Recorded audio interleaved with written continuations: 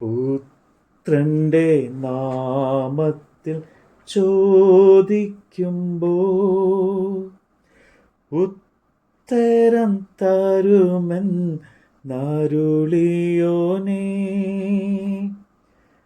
പുത്രന്റെ നാമത്തിൽ ചോദിക്കുമ്പോൾ ഉത്തരം തരുമെന്നരുളിയോനേ. നീക്കം വരാത്ത നിൻ വാഗ്ദത്തമെൻ പേർക്കു നീ തന്നുവല്ലോ. കേൾക്കണേ എൻ പ്രാർത്ഥന, നൽകണേ എൻ യാചന. അപ്പോസ്തല പ്രവൃത്തികൾ അധ്യായം 7. ഇത് ഉള്ളത് തന്നെയോ എന്ന് മഹാപുരോഹിതൻ ചോദിച്ചതിന് അവൻ പറഞ്ഞത്, സഹോദരന്മാരും പിതാക്കന്മാരുമായ പുരുഷന്മാരെ കേൾപ്പിൻ. നമ്മുടെ പിതാവായ അബ്രഹാം ഹാരാനിൽ വന്ന് പാർക്കും മുമ്പേ മെസ്സൊപ്പൊട്ടോമിയിൽ ഇരിക്കുമ്പോൾ തന്നെ തേജോമയനായ ദൈവം അവന് പ്രത്യക്ഷനായി, നിന്റെ ദേശത്തെയും നിന്റെ ചാർച്ചക്കാരെയും വിട്ട് ഞാൻ നിനക്ക് കാണിച്ചു തരുന്ന ദേശത്തേക്ക് ചെല്ലുക എന്ന് പറഞ്ഞു. അങ്ങനെ അവൻ കൽദായരുടെ ദേശം വിട്ട് ഹാരാനിൽ വന്ന് പാർത്തു. അവൻ്റെ അപ്പൻ മരിച്ച ശേഷം ദൈവം അവനെ അവിടെ നിന്ന് നിങ്ങൾ ഇപ്പോൾ പാർക്കുന്ന ഈ ദേശത്തിൽ കൊണ്ടുവന്ന് പാർപ്പിച്ചു. അവന് അതിൽ ഒരു കാലടി നിലം പോലും അവകാശം കൊടുത്തില്ല. അവന് സന്തതിയില്ലായിരിക്കെ അവനും അവൻ്റെ ശേഷം അവൻ്റെ സന്തതിക്കും അതിനെ കൈവശമാക്കി നൽകുമെന്ന് അവനോട് വാഗ്ദത്തം ചെയ്തു. അവൻ്റെ സന്തതി അന്യദേശത്ത് ചെന്ന് പാർക്കും. ആ ദേശക്കാർ അവരെ അടിമയാക്കി 400 സംവത്സരം പീഡിപ്പിക്കും എന്ന് ദൈവം കൽപ്പിച്ചു. അവൻ സേവിക്കുന്ന ജാതിയെ ഞാൻ ന്യായം വിധിക്കും. അതിനുശേഷം അവർ പുറപ്പെട്ടു വന്ന് ഈ സ്ഥലത്ത് എന്നെ സേവിക്കും എന്ന് ദൈവം അരുളി ചെയ്തു. പിന്നെ അവന് പരിച്ഛേദന എന്ന നിയമം കൊടുത്തു. അങ്ങനെ അവൻ ഇസ്ഹാക്കിനെ ജനിപ്പിച്ചു. 8-ാം നാൾ പരിച്ഛേദന ചെയ്തു. ഇസ്ഹാക്ക് യാക്കോബിനെയും യാക്കോബ് 12 ഗോത്രപിതാക്കന്മാരെയും ജനിപ്പിച്ചു.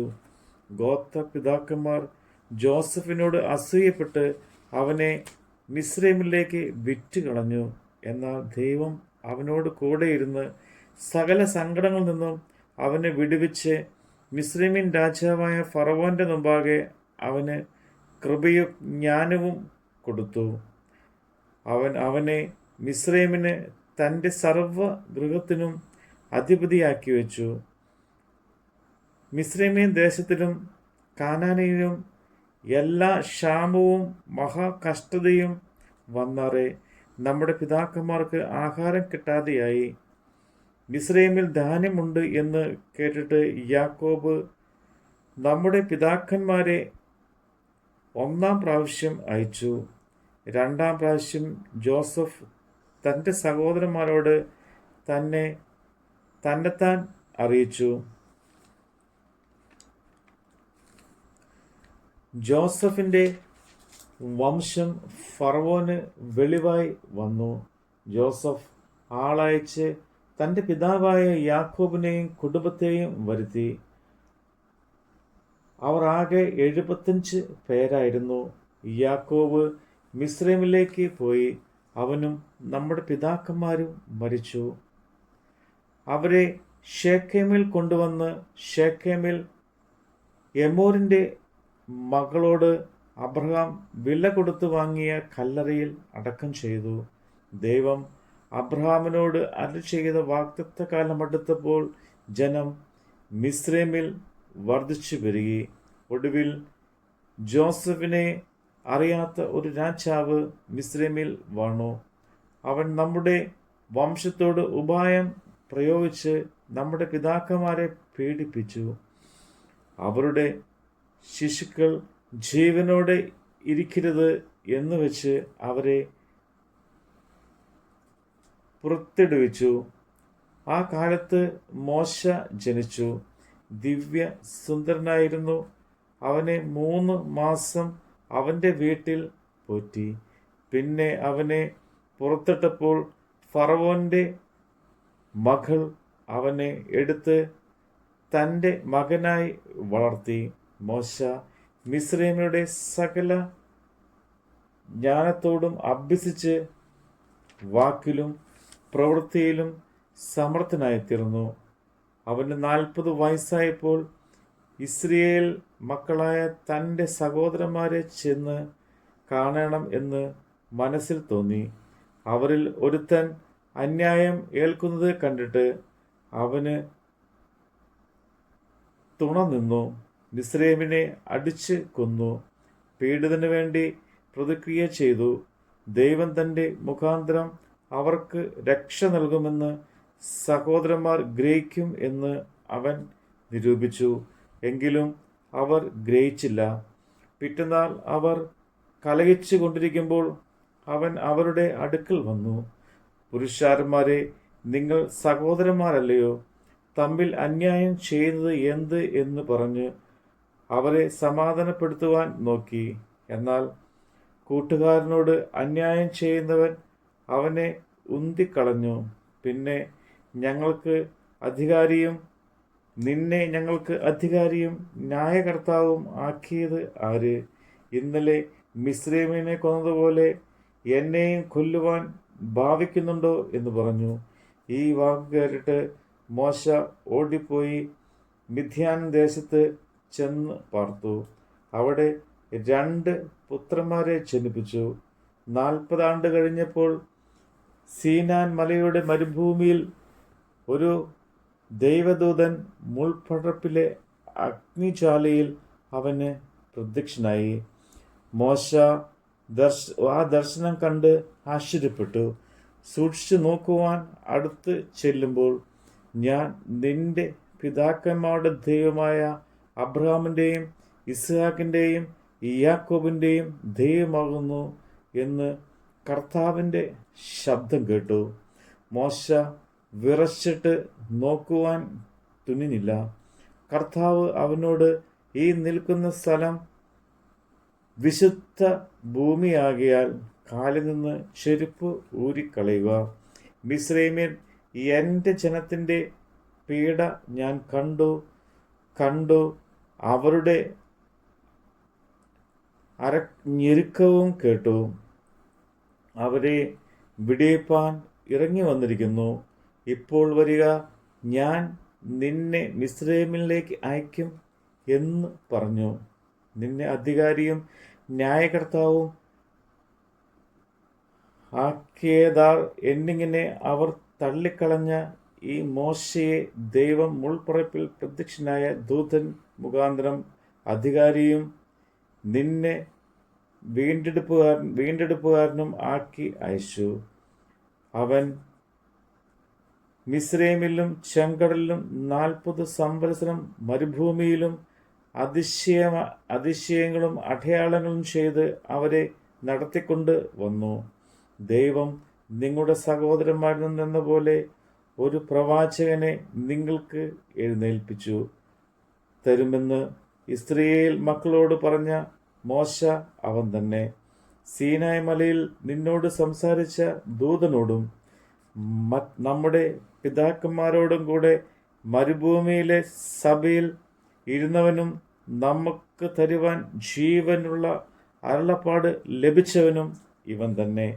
നമ്മുടെ പിതാക്കന്മാർ അവന് കീഴ്പ്പെടുവാൻ മനസ്സില്ലാതെ അവനെ തള്ളിക്കളഞ്ഞ് ഹൃദയം കൊണ്ട് മിസ്രൈമിലേക്ക് പിന്തിരിഞ്ഞു. അഹ്റോനോട്, ഞങ്ങൾക്ക് മുമ്പായി നടപ്പാൻ ദൈവങ്ങളെ ഉണ്ടാക്കിത്തരിക, ഞങ്ങളുടെ മിസ്രൈമിൽ നിന്ന് നടത്തിക്കൊണ്ടുവന്ന ആ മോശയ്ക്ക് എന്ത് സംഭവിച്ചു എന്ന് ഞങ്ങൾ അറിയുന്നില്ലല്ലോ എന്ന് പറഞ്ഞു. അന്നേരം അവർ ഒരു കാളക്കുട്ടിയെ ഉണ്ടാക്കി ആ ബിംബത്തിനു ബലി കഴിപ്പിച്ചു. ഞങ്ങളുടെ കൈപ്പണിയിൽ ഉല്ലസിച്ചു കൊണ്ടിരുന്നു. തങ്ങളുടെ കൈപ്പണിയിൽ അവർ ഉല്ലസിച്ചു കൊണ്ടിരുന്നു.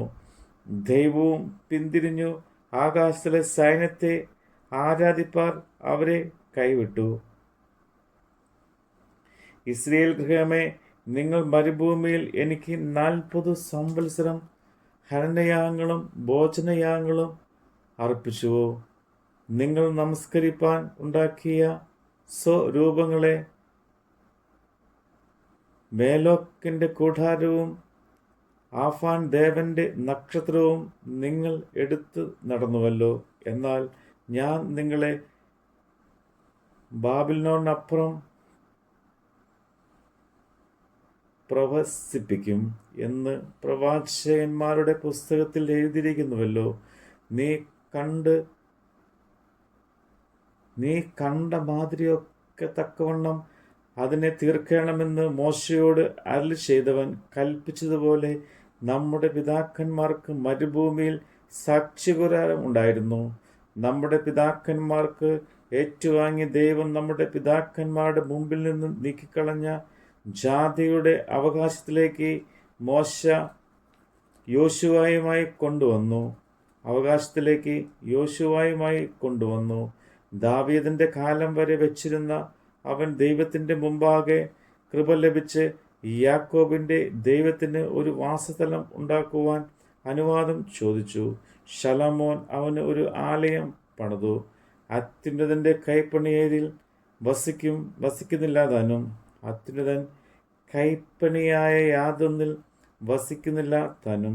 സ്വർഗം എനിക്ക് സിംഹാസനവും ഭൂമി എൻ്റെ പാദപീഠവുമാകുന്നു. നിങ്ങൾ എനിക്ക് പണിയുന്ന ആലയം ഏത് വിധം? എൻ്റെ വിശ്രമസ്ഥലം ഏത്? ഇതൊക്കെയും എൻ്റെ കൈയല്ലയോ ഉണ്ടാക്കിയത് എന്ന് കർത്താവ് അരുളി ചെയ്യുന്നു എന്ന് പ്രവാചകൻ പറയുന്നുവല്ലോ. ഷാഢ്യക്കാരും ഹൃദയത്തിനും ചെവിക്കും പരിച്ഛേദന ഇല്ലാത്തവരുമായുള്ളവരെ, നിങ്ങളുടെ പിതാക്കന്മാരെ പോലെ തന്നെ നിങ്ങളും എല്ലായ്പ്പോഴും പരിശുദ്ധാത്മാവിനോട് മറുത്തു നിൽക്കുന്നു. പ്രവാചകന്മാരിൽ ഏവനെ നിങ്ങളുടെ പിതാക്കന്മാർ ഉപദ്രവിക്കാതിരുന്നിട്ടുള്ളൂ. നീതിമാനായവന്റെ വരവിനെക്കുറിച്ച് മുൻ അറിയിച്ചവരെ അവർ കൊന്നുകളഞ്ഞു. അവന് നിങ്ങൾ ഇപ്പോൾ ദ്രോഹികളും കൊലപാതകന്മാരും ആയിത്തീർന്നു. നിങ്ങൾ ദൈവദൂതന്മാരുടെ നിയോഗങ്ങളുമായി ന്യായപ്രമാണം പ്രാപിച്ചു എങ്കിലും അത് പ്രമാണിച്ചിട്ടില്ല. ഇത് കേട്ടപ്പോൾ അവർ കോപാപരവശരായി അവൻ്റെ നേരെ പല്ല് കടിച്ചു. അവനോ പരിശുദ്ധാത്മാവ് നിറഞ്ഞവനായി സ്വർഗത്തിലേക്ക് ഉറ്റുനോക്കി ദൈവമഹത്വവും ദൈവത്തിൻ്റെ വലത്തുഭാഗത്ത് യേശു നിൽക്കുന്നതും കണ്ടു. ഇതാ, സ്വർഗം തുറന്നിരിക്കുന്നതും മനുഷ്യപുത്രൻ ദൈവത്തിൻ്റെ വലത്തുഭാഗത്ത് നിൽക്കുന്നതും ഞാൻ കാണുന്നു എന്ന് പറഞ്ഞു. അവർ ഉറക്കെ നിലവിളിച്ച് ചെവി പൊത്തിക്കൊണ്ട് ഒന്നിച്ച് അവൻ്റെ നേരെ പാഞ്ഞു ചെന്നു. അവനെ നഗരത്തിൽ നിന്ന് തള്ളി പുറത്താക്കി കല്ലെറിഞ്ഞു. സാക്ഷികൾ തങ്ങളുടെ വസ്ത്രം ശൗൽ എന്നു പേരുള്ള ഒരു ബാല്യക്കാരൻ്റെ കാൽക്കൽ വെച്ചു. കർത്താവായ യേശുവേ, എൻ്റെ ആത്മാവിനെ കൈക്കൊള്ളണമേ എന്ന് സ്തെഫാനോസ് വിളിച്ചപേക്ഷിക്കയിൽ അവർ അവനെ കല്ലെറിഞ്ഞു. അവനോ മുട്ടുകുത്തി, കർത്താവേ, അവർക്ക് ഈ പാപം നിർത്തരുതേ എന്ന് ഉച്ചത്തിൽ നിലവിളിച്ചു. ഇത് പറഞ്ഞിട്ട് അവൻ നിദ്ര പ്രാപിച്ചു. നമ്മുടെ കർത്താവിൻ്റെ വചനമാണ് നമ്മൾ കേട്ടത്. വചനമെന്നാത്മാവിൻ ദാഹം തീർപ്പാൻ അരുളുക ദാസരിൽ വരമധികം. വചനമെന്നാത്മാവിൻ ദാഹം തീർപ്പാൻ അരുളുക ദാസരിൽ വരമധികം. പകരുക ആത്മാവിൻ തിരുശക്തിയാൽ നിറയുവ നിഞ്ചനങ്ങൾ. കേൾക്കണേ എൻ പ്രാർത്ഥന, നൽകണേ എൻ യാചന.